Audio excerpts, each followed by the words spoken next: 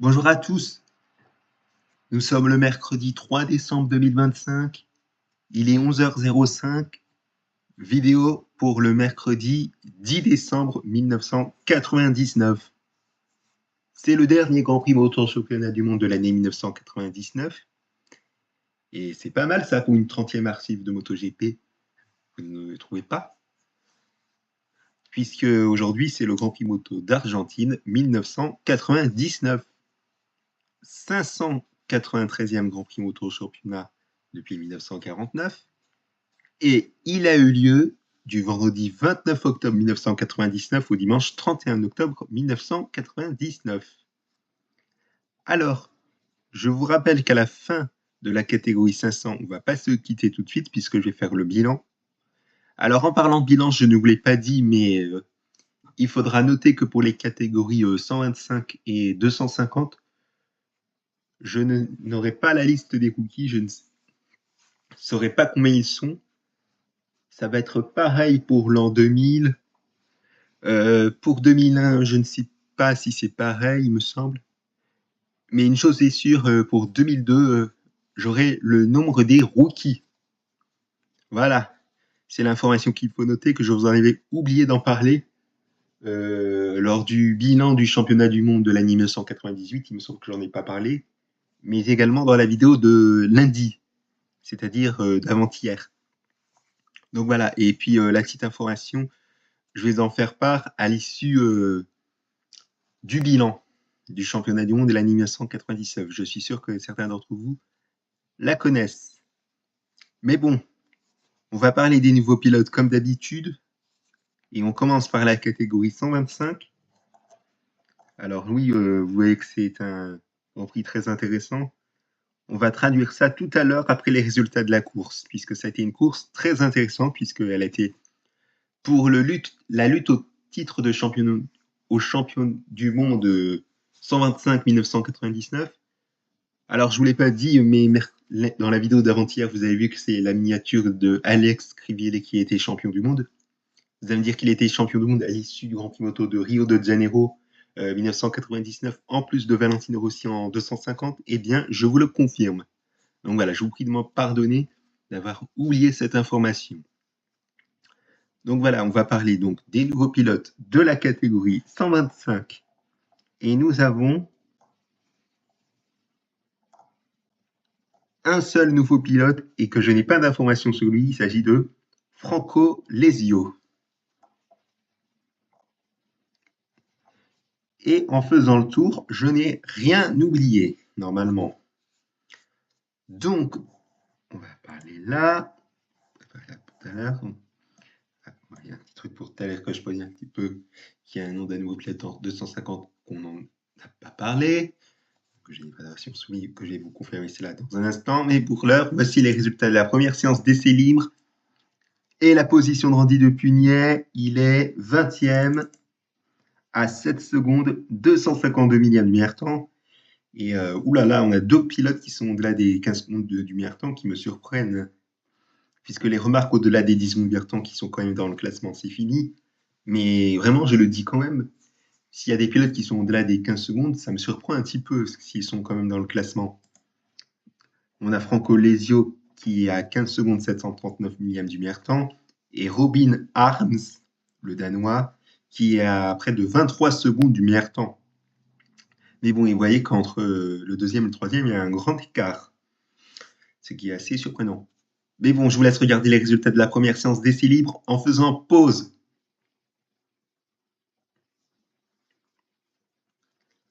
Place maintenant aux résultats de la première séance de qualification libre, avec Franco Lesio qui n'est malheureusement pas dans le classement, malheureusement, d'autant plus qu'il a fait très peu de tours, seulement 2.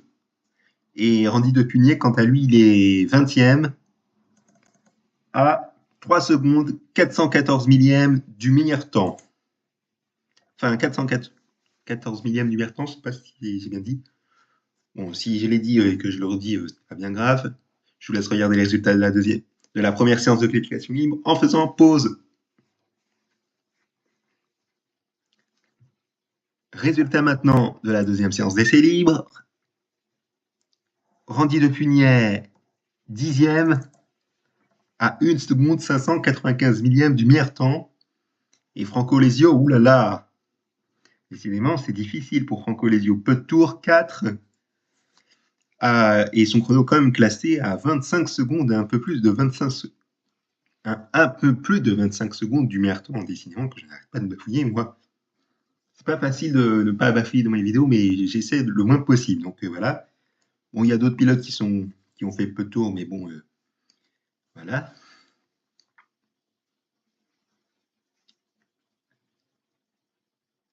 Et malgré mon blabla, j'espère que vous avez fait pause, hein, évidemment. Si c'est le cas, voici les résultats de la deuxième séance de qualification libre. Et malheureusement, Franco Lesio, qui n'est pas dans le classement à nouveau, ne sera pas présent pour la course. Quant à Randy Depugnet, il est 19e à 2 secondes 736 millième du meilleur temps.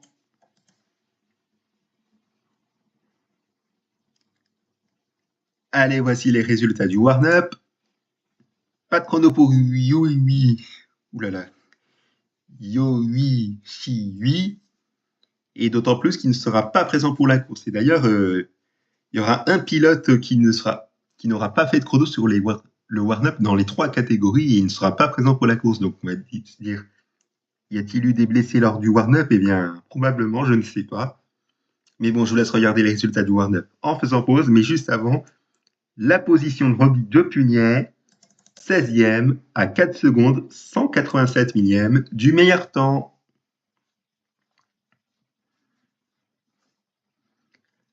Voilà, on va passer aux résultats de la course.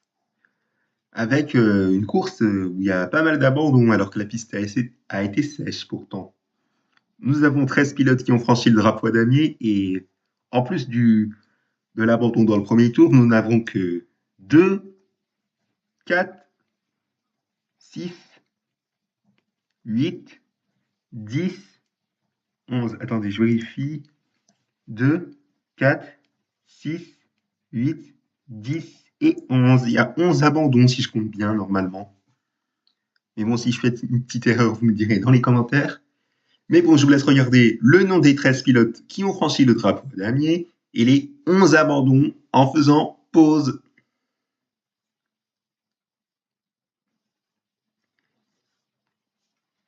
Et voici le détail des abandons.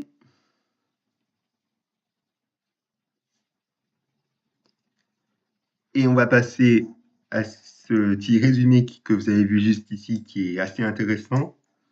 Nous allons traduire en français. Voilà, et vous voyez que nous avons 3 pilotes qui se battaient pour le titre de champion du monde de la catégorie 125 en 1999. Le leader du championnat, Emilio Alzamora, qui était souvent sur le podium et qui n'était pas vainqueur d'une course de l'année, avec 207 points. Et devant ses adversaires, ou il me semble le coéquipier, attendez que je vérifie.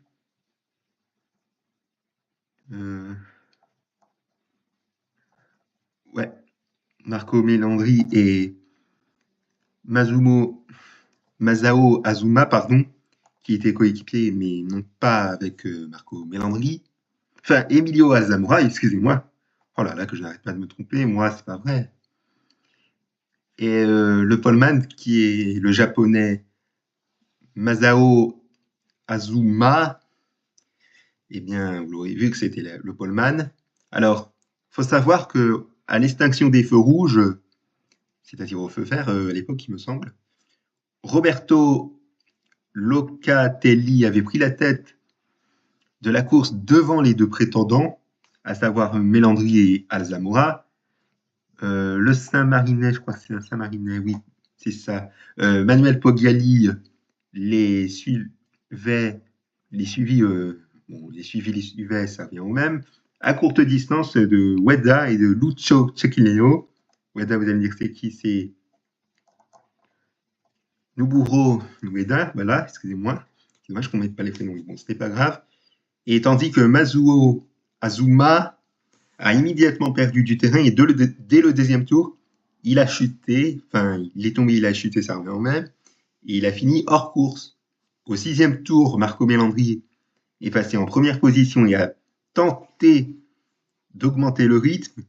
Roberto Locatelli et Lucio Cecchinello sont montés sur sa roue, mais ce dernier, que c'est Lucio, eh bien, oui, il a chuté en offrant la plus basse marche, la plus basse marche du podium, c'est-à-dire la 3e position, à Emilio Alzamora. Marco Melandri a creusé son avance, le portant à plus de 3 secondes, si j'ai envie de dire.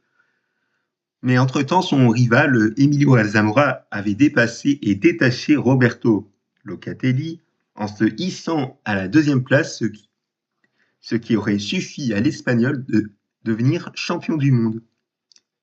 Le coureur romanien, qui est, me semble, Roberto Locatelli, avait ralenti donc visiblement pour tenter de regrouper le groupe dans l'espoir que quelqu'un puisse se placer entre lui et le leader du classement,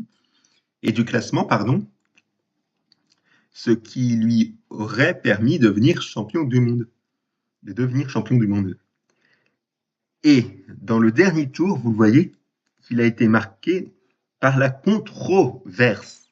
Marco Melandri a attendu Emilio Alzamora, s'est laissé dépasser, puis a tenté de le pousser hors course sans succès. Et après ce contact rapproché, le coureur de Ravenna, qui me semble Marco Melandri, ralentit à nouveau, attendant que Roberto Locatelli arrive par derrière.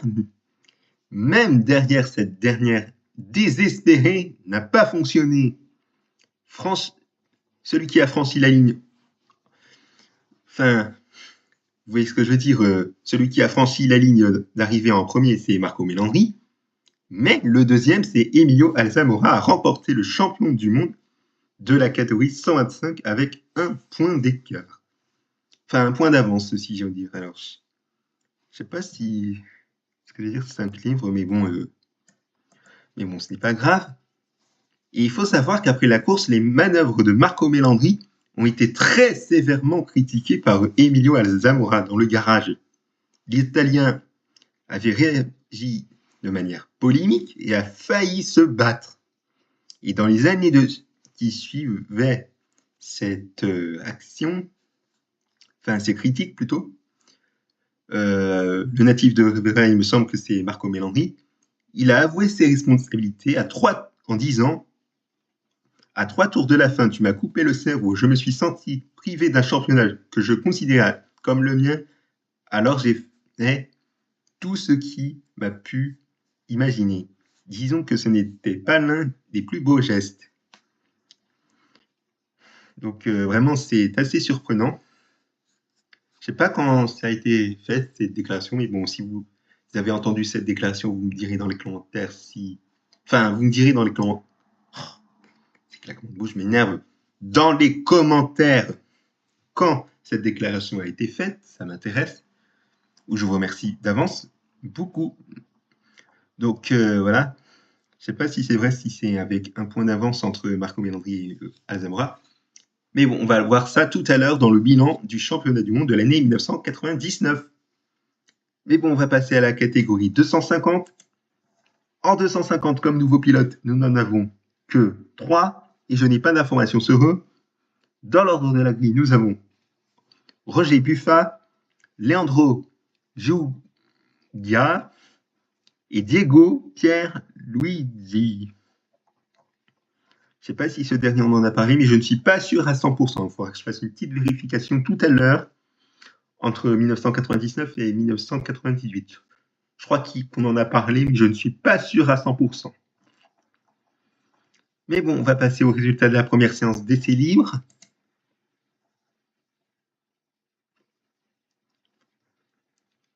Voilà, si vous avez fait pause, voici les résultats de la première séance de qualification avec la pluie qui s'est invitée en plus. Et nous avons un paquet de pilotes qui ne sont pas dans le classement. Ouh là là, regardez-moi ça.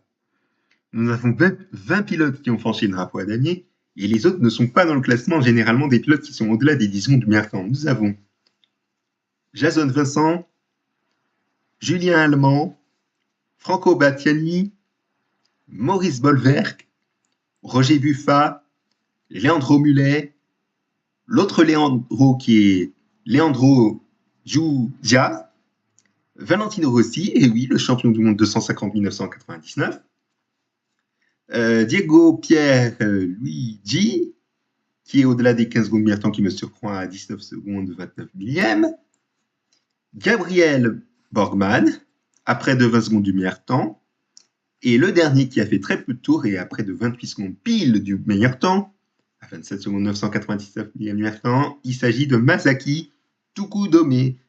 Je vous laisse regarder les résultats, bien évidemment, en faisant pause.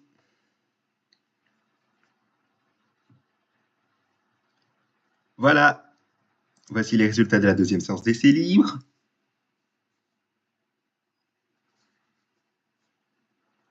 Place maintenant aux résultats de la deuxième séance de qualification libre. Et malheureusement, Roger Buffat, qui n'était pas dans le classement à la première séance de qualification libre, qui ne l'est pas non plus à la deuxième séance d'essai libre malgré une piste sèche, ne sera pas présent pour la course. Et malheureusement, ça s'est joué à pas grand-chose. Et d'autant plus qu'il a fait peu de tours, malheureusement, l'Argentin. C'est vraiment pas de chance.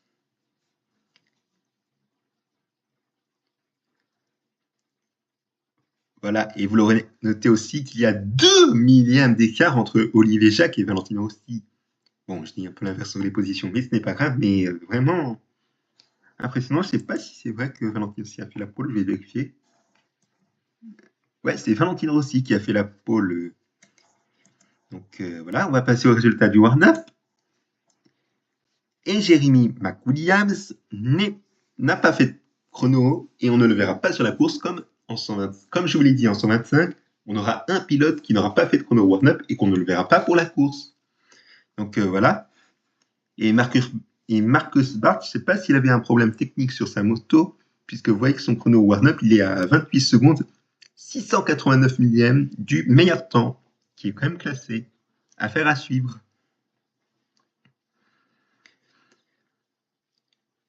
Voilà, et on va passer au résultat de la course.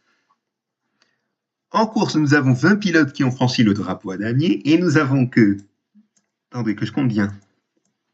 2, 4, 6, 8, plus celui qui a abandonné dès le premier tour, ça en fait 9 des abandons. Attendez, que je compte bien. Attendez. Décidément. Bon, c'est pas grave si il y a le petit dé comme ça que vous voyez. Donc 2, 4, 6, 8, il y a 9 abandons. Voilà.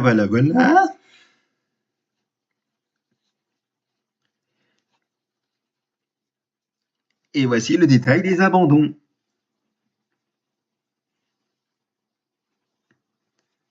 Voilà, et on va faire rapidement la catégorie 500.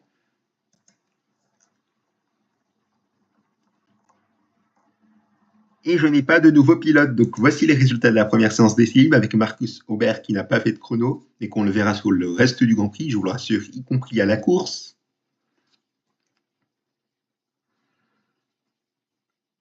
Voilà, résultat de la première séance de qualification libre. Pas dans le classement Mike Hall, malheureusement, mais qui sera quand même présent pour la course. Enfin, on l'espère avec la deuxième séance de qualification libre, bien évidemment. Voilà, résultat de la deuxième séance d'essai libre avant la deuxième séance de qualification libre.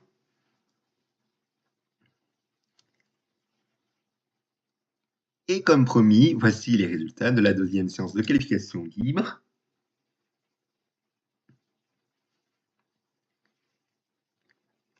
Avez-vous fait pause? Si oui, voici les résultats du warm-up. Et Anthony Gobert ne sera pas présent pour la course vu son absence de chrono. Et vous avez vu que les conditions de piste ont été bien mouillées, avec une température de l'air qui est probablement une très grosse erreur, moins 10 degrés, parce que s'il faisait moins 10 degrés, il aurait eu de la neige, mais non, il ne faisait pas moins 10 degrés, il faisait sans doute 10 degrés. Donc voilà, plus 10 degrés, il faut noter, avec un taux d'humidité à 99%, c'est sans doute très probable qu'il avait plu au cours de ce warm-up, et une température au sol de 25 degrés. Mais bon, je vous laisse regarder les résultats du warm-up en faisant pause.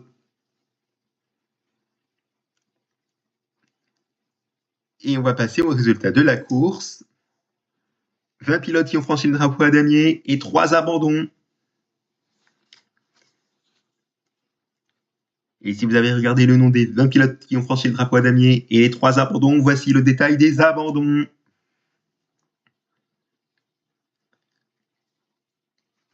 Et voilà. Et maintenant, avant de se quitter, on va faire le petit bilan du championnat du monde de l'année 1999. Et on va faire le classement des 3 pilotes de la... On va vous citer les 3 pilotes de la catégorie 125, puisque je vous ai dit que je n'ai pas la liste des rookies en 125 et en 250, mais que j'ai ceux de la catégorie 500, pour précision. Ça va être pareil pour l'an 2000, mais aussi peut-être en 2001, il faut le noter. Ça sera certain en 2002 que j'aurai les noms des rookies dans les 3 catégories, donc voilà. Donc le champion du monde en 125, comme je vous l'ai dit, c'est Emilio Alzamora, 227 points, un seul abandon, et vous voyez, aucune victoire, ce qui est assez surprenant. Et un point derrière, nous avons Marco Melandri avec 226 points, c'est un truc de fou. Franchement, ça a été une course très animée, avec ce que je vous ai résumé là-bas tout à l'heure. Mais bon, le troisième du champion du monde de la catégorie 125, il s'agit de Masao Azuma avec 190 points. Voilà, donc vous voyez que je n'ai pas le nom des rookies qui sont en bleu foncé, vous voyez sur le nom des pilotes évidemment. Et le classement des constructeurs sont en meilleur constructeur, nous avons... Attendez, je me suis trompé, c'est pas 500 mais 125, voilà. Bon, j'aurais pu cliquer là, mais bon, ce n'est pas grave. Alors, en 125, comme meilleur constructeur, nous avons Honda avec 367 points. Deuxième, Aprilia avec 271 points. Et troisième constructeur, Derby, avec 91 points. Le quatrième constructeur est présent sur peu de Grand Prix, le Japon et donc l'Argentine. Yamaha avec 11 points. Et le dernier constructeur est malheureusement que des résultats blancs. Sur peu de Grand Prix également, la République tchèque et Imola. Italjet. Place maintenant au classement des constructeurs en 250. Oups, excusez-moi. En champion du monde, nous avons Valentino Rossi avec 309 points. En deuxième, vice-champion, Toru Ukawa, 261 points. Et en troisième position, Loris Capirossi, 209 points à 100 points d'écart de Valentino Rossi. Classement constructeur, nous avons Aprilia, meilleur constructeur, avec 338 points. Deuxième, Honda, 326 points. Yamaha, troisième, 249 points. Et TSR Honda pour le dernier constructeur, avec 104 points, avec des résultats tout le temps autour de la 10e position, un truc comme ça. Et on termine par la catégorie 500. Le champion du monde, c'est Alex Criville avec 267 points. Deuxième, Kenny Roberts Jr. avec 220 points. Et troisième constructeur, Tadayuki Okada, 211 points. Les rookies sont, et le meilleur rookie, c'est Tatsuya Harada, 104 points. Le deuxième rookie, Harushika Aoki, 54 points. Troisième rookie, José David Deja, présent sur peu de Grand Prix, vous le voyez, 8 points. Ensuite, Marcus Sauber, quatrième rookie avec 7 points. Cinquième rookie, José Luis Cardoso, 6 points. Septième rookie, Michael Rutter, 5 points. Huitième rookie, probablement une erreur, Noriyasu Numata, qui était probablement un pilote invité, avec 3 points. Mark Willis, ensuite, oulala, il y a pas mal de rookies, il faut que je fasse le compte, puisque là, je ne sais plus, j'en suis. Mark Willis qui a aussi 3 points, même chose pour Mike Hall. Et les autres rookies sont Jimmy Whiteham, 2 points, tout comme Steve Martin. Donc, il y a probablement des erreurs à corriger sur le nom des rookies. Donc, affaire à suivre, où les rookies, ils sont 2, 4, 6, 8, 10, il y a 11 rookies, il me semble, mais peut-être moins, puisqu'il y a probablement quelques erreurs. Et donc voilà, c'est la fin de ce championnat de l'année 1999. Mais avant de se quitter, la petite information qu'il faut noter, et que je vous ai dit que dès l'an 2000, j'aurai le nom des pilotes remplaçants et wildcard dès l'an 2000, dans la vidéo que je vous ai fait début juin. Donc, il faut savoir que, à l'issue d'avoir cité le nom des nouveaux pilotes en 125 ou 250 ou 500, je vous dirai s'il y a ou non des wildcards, enfin, je vous dirai s'il y a des wildcards ou des remplaçants. S'il n'y a pas de nouveaux pilotes, je vais vous dire s'il y a des remplaçants ou des wildcards. De plus, ça sera avant de montrer les résultats de la première séance d'équilibre dans chaque catégorie. Et de plus, vous l'avez remarqué qu'en allant sur le Wikipédia anglais, il y a le nom des participants des participants qui sont présents en wildcard ou remplaçants en 500, en 250 et en 125.